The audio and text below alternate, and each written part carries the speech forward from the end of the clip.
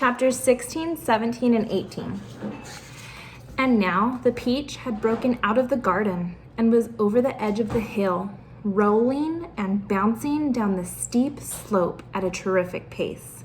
Faster and faster and faster it went, and the crowds of people who were climbing up the hill suddenly caught sight of this terrible monster plunging down upon them, and they screamed and scattered right and left as it went hurtling by. At the bottom of the hill, it charged across the road, knocking over a telegraph pole and flattening two parked cars as it went by. Then it rushed madly across about 20 fields, breaking down all the fences and hedges in its path. It went right through the middle of a herd of fine Jersey cows, and then through a flock of sheep, and then through a paddock full of horses, and then through a yard full of pigs. And soon the whole countryside was a seething mass of panic-stricken animals stampeding in all directions. The peach was still going at a tremendous speed, with no sign of slowing down, and about a mile farther it came to a village. Down the main street of the village it rolled, with people leaping frantically out of its path right and left, and at the end of the street it went crashing right through the wall of an enormous building and out of the other side, leaving two gaping round holes in the brick. This building happened to be a famous factory where they made chocolate, and almost at once a great river of warm, melted chocolate came pouring out of the holes in the factory wall. Do you know what factory that is?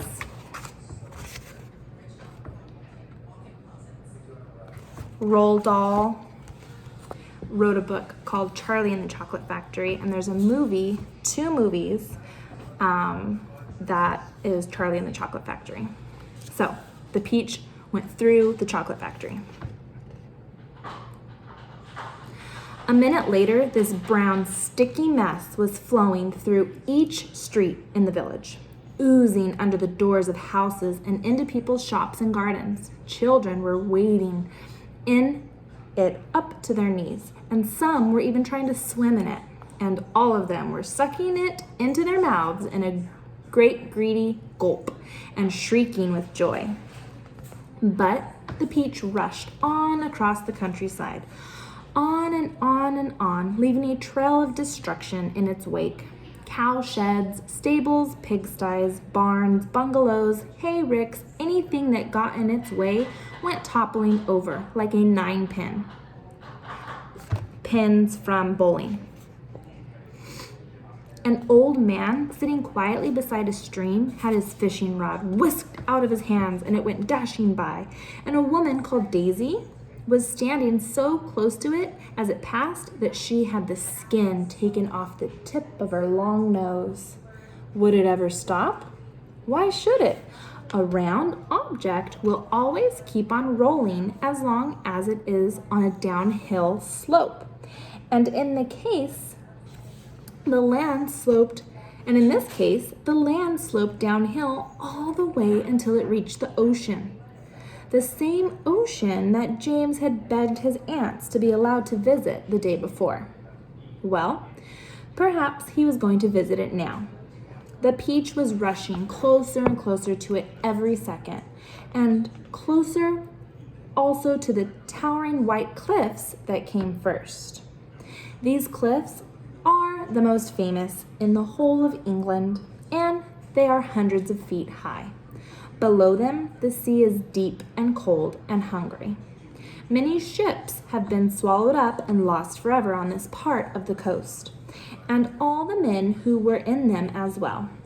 The peach was now only 100 yards away from the cliff.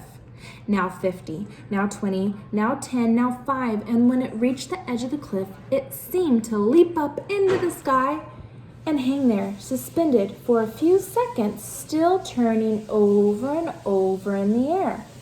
Then it began to fall down, down, down, down, down. Smack! It hit the water with a colossal splash and sank like a stone.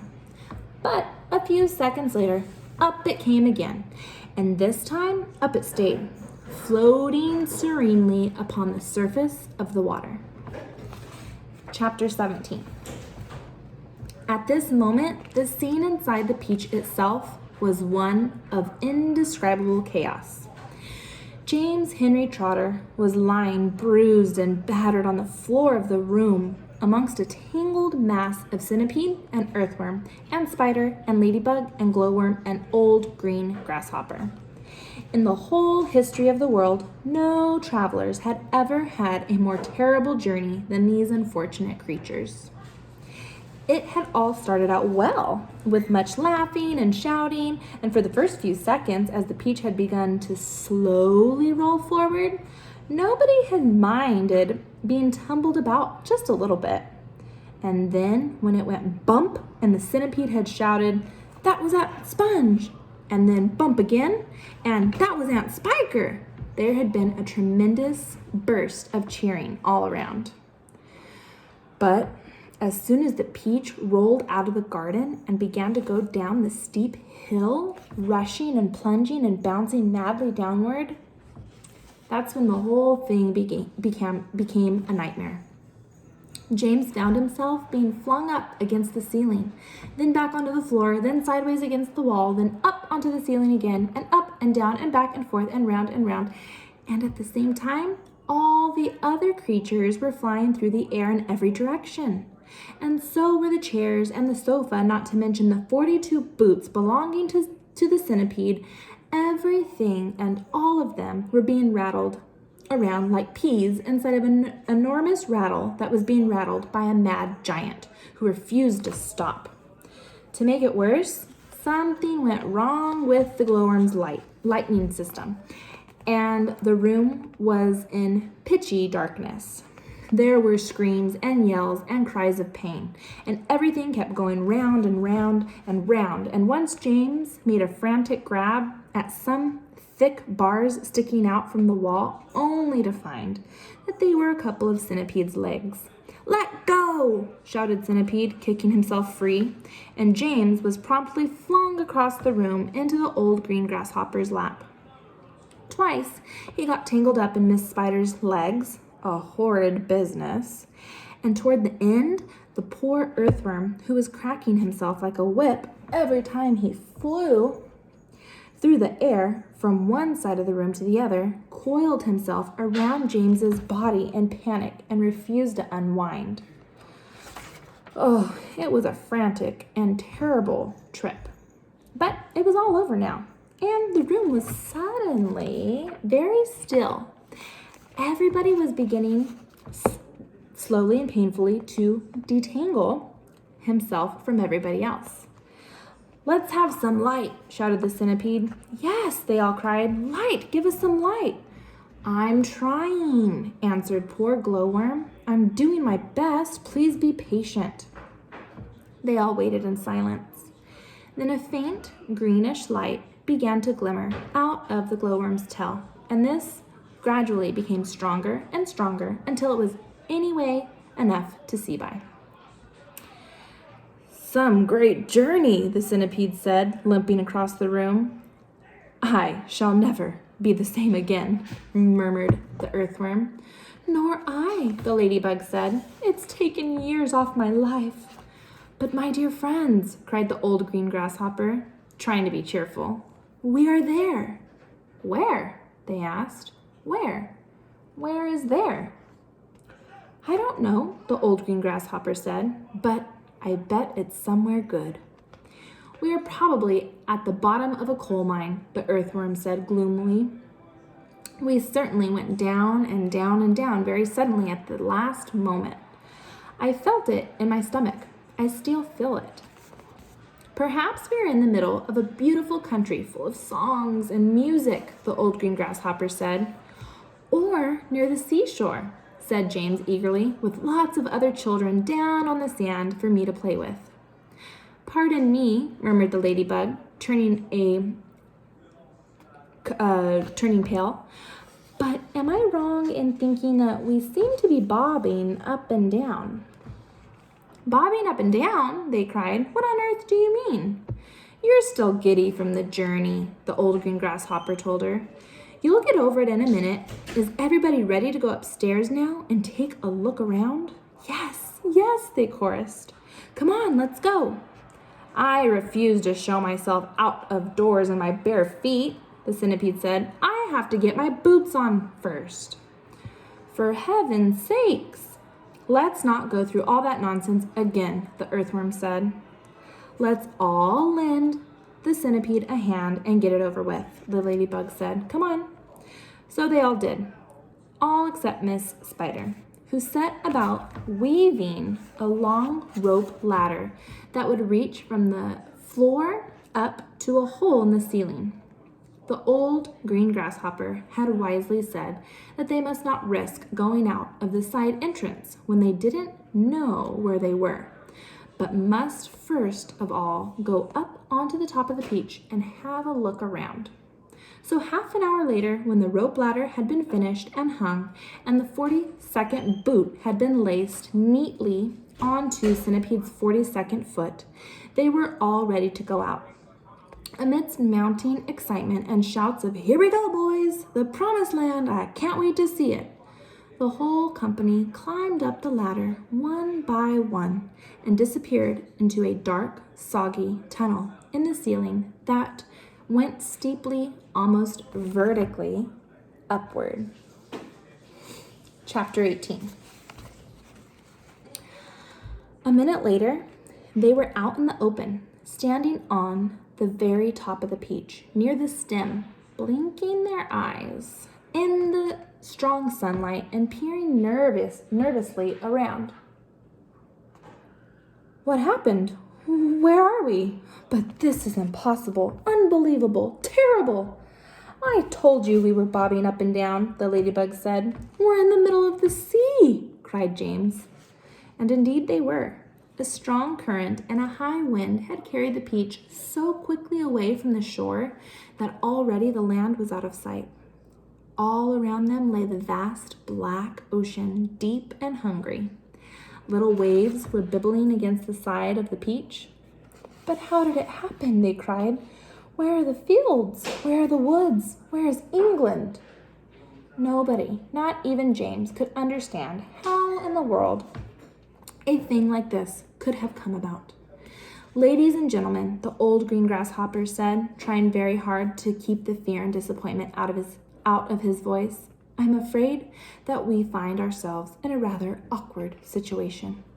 Awkward, cried the earthworm. My dear old grasshopper, we are finished. Every one of us is about to perish. I may be blind, you know, but that much I can see quite clearly. Off with my boots, shouted the centipede. I cannot swim with my boots on. I cannot swim at all, cried the ladybug. Nor can I, wailed the glowworm. Nor I, said Miss Spider. None of us three girls can swim a single stroke. But you won't have to swim, said James calmly. We are floating beautifully, and sooner or later a ship is bound to come along and pick us up. They all stared at him in amazement. Are you quite sure that we are not sinking? The ladybug asked. Of course I'm sure, answered James. Go and look for yourself. They all ran over to the side of the peach and peered down at the water below. The boy is quite right, the old green grasshopper said. We are floating beautifully. Now we must all sit down and keep perfectly calm. Everything will be all right in the end. What absolute nonsense, cried the earthworm. Nothing is ever all right in the end. Poor earthworm, the ladybug said, whispering to James. He loves to make everything into a disaster. He hates to be happy. He is only happy when he is gloomy. Now, isn't that odd? But then, I suppose just being an earthworm is enough to make a person gloomy. Don't you agree? If this peach is not going to sink, the earthworm was saying, and if we are not going to be drowned, then every one of us is going to starve instead. Do you realize that we haven't had a thing to eat since yesterday morning? By golly, he's right, cried the centipede. For once, earthworm is right. Of course I'm right, the earthworm said, and we are not likely to find anything around here either. We shall get thinner and thinner and thirstier, and we shall all die a slow and grisly death from starvation. I am dying already. I am slowly shriveling up for the want of food. Personally, I would rather drown. But good heavens, you must be blind, said James. You know I am blind, snapped the earthworm. There's no need to rub it in. I didn't mean that, said James quickly. I'm sorry, but you can't see that. See? Shouted the earthworm. How can I see if I'm blind? James took a deep, slow breath. Can't you realize, he said patiently, that we have enough food here to last us for weeks and weeks? Where? They said. Where? Why, the Peach, of course. Our whole ship is made of food. Jumping Jehoshaphat, they all cried. We never thought of that. My dear James, said the old green grasshopper, laying a front leg affectionately on James's shoulder. I don't know what we'd do without you. You are so clever. Ladies and gentlemen, we are saved again. We are most certainly not, said the earthworm. You must be crazy. You can't eat the ship. It's the only thing that is keeping us up. Oh, we shall starve if we don't, said the centipede. And we shall drown if we do, cried the earthworm. Oh dear, said the old green grasshopper. Now we are worse off than before. Couldn't we just eat a little bit of it? Asked Miss Spider. I'm so dreadfully hungry. You can eat all you want, James answered. It would take us weeks and weeks to make any sort of dent in this enormous peach. Surely you can see that. Good heavens, he's right again, cried the old green grasshopper, clapping his hands. It would take weeks and weeks. Of course it would. But let's not go making a lot of holes all over the deck. I think we better simply scoop it out of the tunnel over there, the one that we've just come up by. An excellent idea, said the ladybug. What are you looking so worried about, earthworm? The centipede asked. What's the problem? The problem is, the earthworm said, the problem is that there's no problem. Everyone burst out laughing. Cheer up, earthworm, they said. Come and eat. And they all went over to the tunnel entrance and began scooping out great chunks of juicy, golden-colored peach flesh. Oh, marvelous, said the centipede, stuffing it into his mouth. Delicious, said the old green grasshopper. Just fabulous, said the glowworm. Oh my, said the ladybug. What a heavenly taste. She looked up at James and she smiled, and James smiled back at her. They sat down on the deck together, both of them chewing happily away.